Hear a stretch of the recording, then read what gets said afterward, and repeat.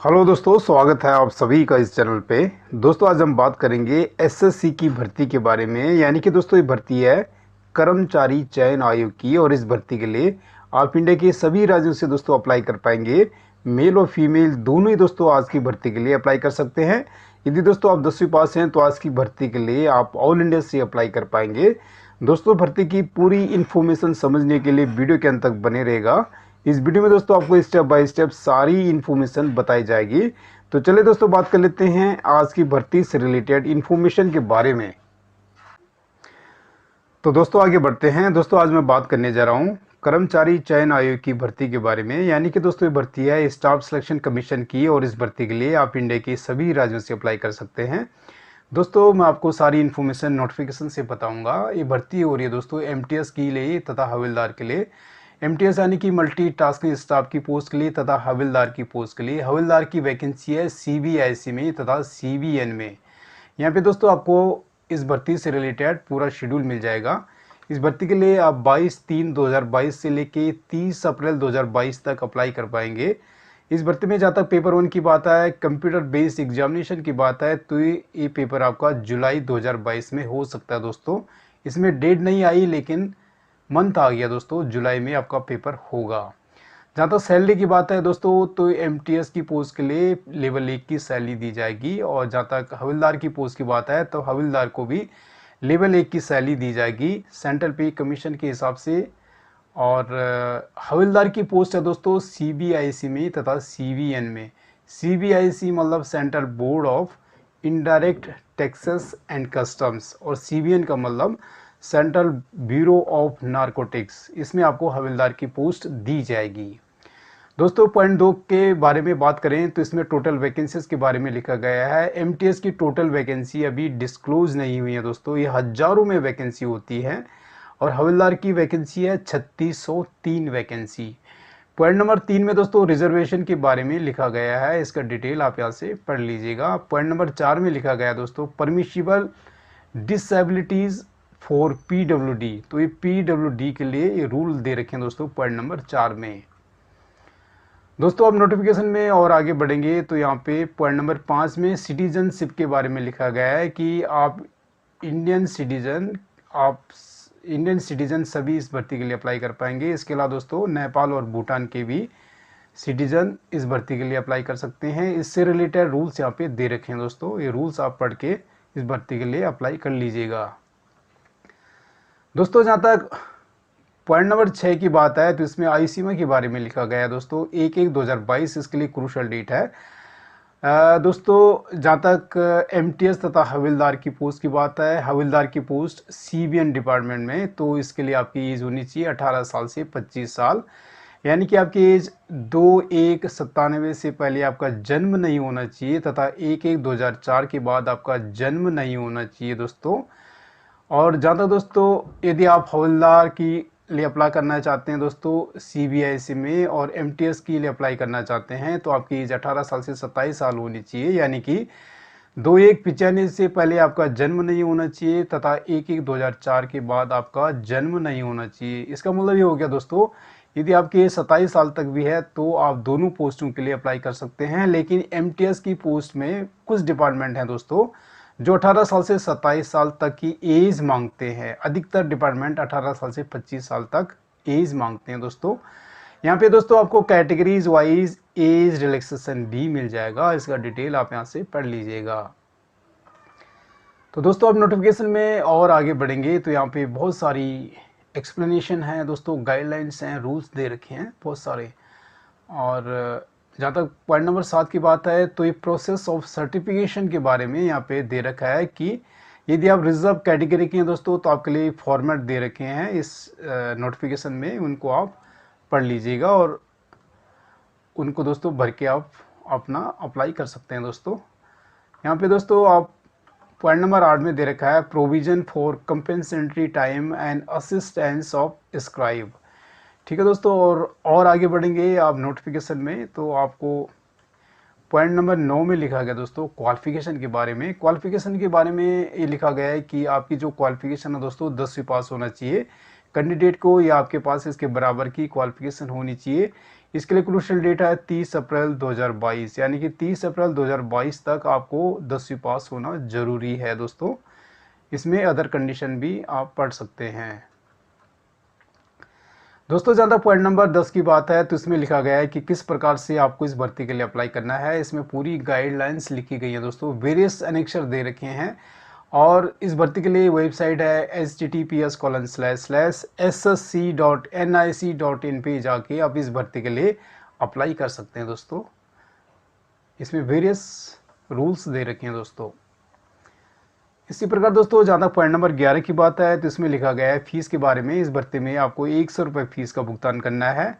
महिलाओं के लिए, SC/ST के लिए, PWD के लिए तथा एक्स सर्विसमैन के लिए फीस एग्जेम्प्टेड है दोस्तों, यानी कि इनको किसी भी प्रकार की फीस का भुगतान नहीं करना। पॉइंट नंबर 11 से आप इसका डिटेल पढ़ लीजिएगा।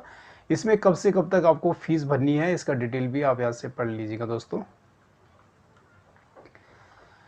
पॉइंट नंबर 12 में लिखा गया है window for application form correction, यानी कि यदि आप अपनी एप्लीकेशन को एडिट करना चाहते हैं, कोई करेक्शन करना चाहते हैं तो 5/5/2022 से लेके 9/5/2022 तक आप करेक्शन कर सकते हैं दोस्तों।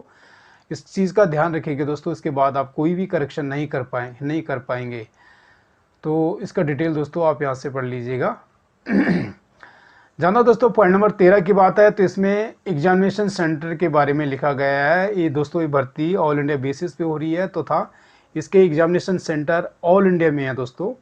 तो इसमें वेरियस एग्जामिनेशन सेंटर का डिटेल पढ़ लीजिएगा दोस्तों। आप अपने हिसाब से, आप जिस भी स्टेट से हैं दोस्तों, आप अपना सिलेक्शन कर सकते हैं दोस्तों सेंटर का, एग्जामिनेशन सेंटर का। तो दोस्तों ये बहुत सारी इन्फॉर्मेशन है। जहाँ तक दोस्तों स्कीम ऑफ एग्जामिनेशन की बात है तो इसमें दोस्तों मैं आपको बता दूं दोस्तों, यदि आप MTS की लिए अप्लाई करना चाहते हैं तो इसमें आपके 2 पेपर होंगे। आपका कंप्यूटर बेस्ड एग्ज़ाम होगा तथा आपका पेपर 2 होगा डिस्क्रिप्टिव पेपर 2 MTS की पोस्ट के लिए। और दोस्तों यदि आप हवलदार की पोस्ट के लिए अप्लाई करना चाहते हैं तो इसमें आपका कंप्यूटर बेस्ड एग्ज़ाम होगा, PET होगा, PST होगा तथा पेपर 2 भी होगा, यानी कि डिस्क्रिप्टिव पेपर भी होगा। जहाँ तक दोस्तों पैटर्न की बात है, कंप्यूटर बेस्ड एग्जामिनेशन की पैटर्न की बात है तो इसमें आपके 4 पेपर होंगे दोस्तों। इसमें आपका पार्ट 1 में जनरल इंग्लिश का पेपर होगा। 25 में से 25 क्वेश्चन आएंगे, 25 नंबर के, 25 मार्क्स के। जनरल इंटेलिजेंस एंड रीजनिंग का पेपर होगा, 25 नंबर आएंगे, 25 मार्क्स के। और नंबरिकल एप्टीट्यूड में भी 25 नंबर का पेपर होगा, इसमें भी 25 क्वेश्चन आएंगे। जनरल अवेयरनेस में भी 25 नंबर का पेपर होगा, 25 क्वेश्चन आएंगे। इसमें आपको 90 मिनट का टाइम दिया जाएगा दोस्तों। 90 मिनट के अंदर आपको पेपर करना पड़ेगा। और जो कैंडिडेट दिव्यांग कैंडिडेट हैं दोस्तों उनको 120 मिनट का टाइम दिया जाएगा। ठीक है दोस्तों। जहाँ तक पेपर 1 की बात है तो पेपर 1 दोस्तों आपका इसमें objective type multiple choice question आएंगे। ये आपका हिंदी में या इंग्लिश में होगा, किसी में भी आप कर सकते हैं, हिंदी लैंग्वेज में या इंग्लिश लैंग्वेज में। ये आपका जहाँ तक पार्ट 1 का पेपर है दोस्तों, ये तो आपको इंग्लिश में ही देना पड़ेगा जी, क्योंकि ये जनरल इंग्लिश का पेपर है। बाकी पार्ट 2, पार्ट 3 तथा पार्ट 4 ये आपका हिंदी या इंग्लिश किसी भी लैंग्वेज में आप कर सकते हैं। इसमें दोस्तों नेगेटिव मार्किंग भी है। इसमें 0.25 मार्क्स आपके प्रत्येक गलत आंसर के लिए काट दिए जाएंगे। इसका ध्यान रखिएगा दोस्तों, खास करके कोई क्वेश्चन आपको आता नहीं तो उसमें तुक्का मत लगाएगा, अदरवाइज आपके मार्क्स काट दिए जाएंगे दोस्तों। और यहाँ पे जहाँ तक पेपर नंबर 2 की बात है तो पेपर नंबर 2 में दोस्तों आपका डिस्क्रिप्टिव पेपर होगा। या इसमें आपका निबंध लिखने के लिए आएगा या लेटर लिखने के लिए आएगा। आप इंग्लिश में लिख सकते हैं, हिंदी में लिख सकते हैं या किसी भी लैंग्वेज में लिख सकते हैं जो language 8th schedule of constitution में शामिल हैं दोस्तों। ये आपका 50 मार्क्स का पेपर होगा जो आपको 45 मिनट में करना है। और दिव्यांगजन जो हैं उनको 60 मिनट में ये पेपर करना पड़ेगा।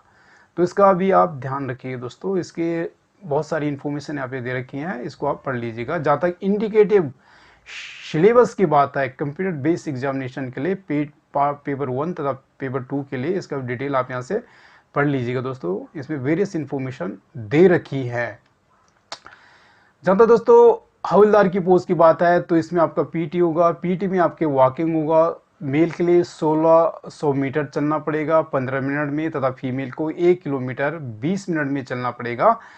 साइकिलिंग भी करनी पड़ेगी, मेल को 8 किलोमीटर की साइकिलिंग 30 मिनट में करना पड़ेगा, तथा फीमेल को 3 किलोमीटर की साइकिलिंग 25 मिनट में करना पड़ेगा।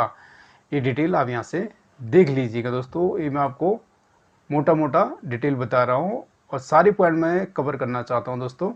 जहाँ तक हाइट की बात है तो हाइट का भी डिटेल यहाँ पे दे रखा है दोस्तों। पीएसटी के लिए मेल के लिए हाइट होनी चाहिए 157.5 सेंटीमीटर, तथा फीमेल के लिए 152 सेंटीमीटर की हाइट होनी चाहिए दोस्तों।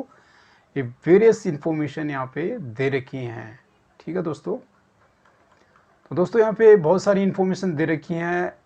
यहाँ पे आपके जो डॉक्यूमेंट्स हैं दोस्तों उसके बारे में लिखा गया है कि आपके पास क्या क्या डॉक्यूमेंट्स होनी चाहिए।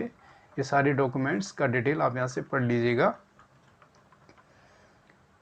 पॉइंट नंबर 16 में दोस्तों डॉक्यूमेंट वेरिफिकेशन के बारे में लिखा गया है। ये बात की बात है दोस्तों, पहले तो आपको एग्ज़ाम देना है दोस्तों, उसके बाद आपको डॉक्यूमेंट्स आपके पास होनी चाहिए दोस्तों। ये सारे डॉक्यूमेंट्स यहाँ पे दे रखे हैं दोस्तों। ये सारे डॉक्यूमेंट्स आप तैयार कर लीजिएगा टाइम से। तो दोस्तों इसमें बहुत सारी इन्फॉर्मेशन दे रखी हैं। मेन पॉइंट दोस्तों मैंने कवर कर रखे हैं।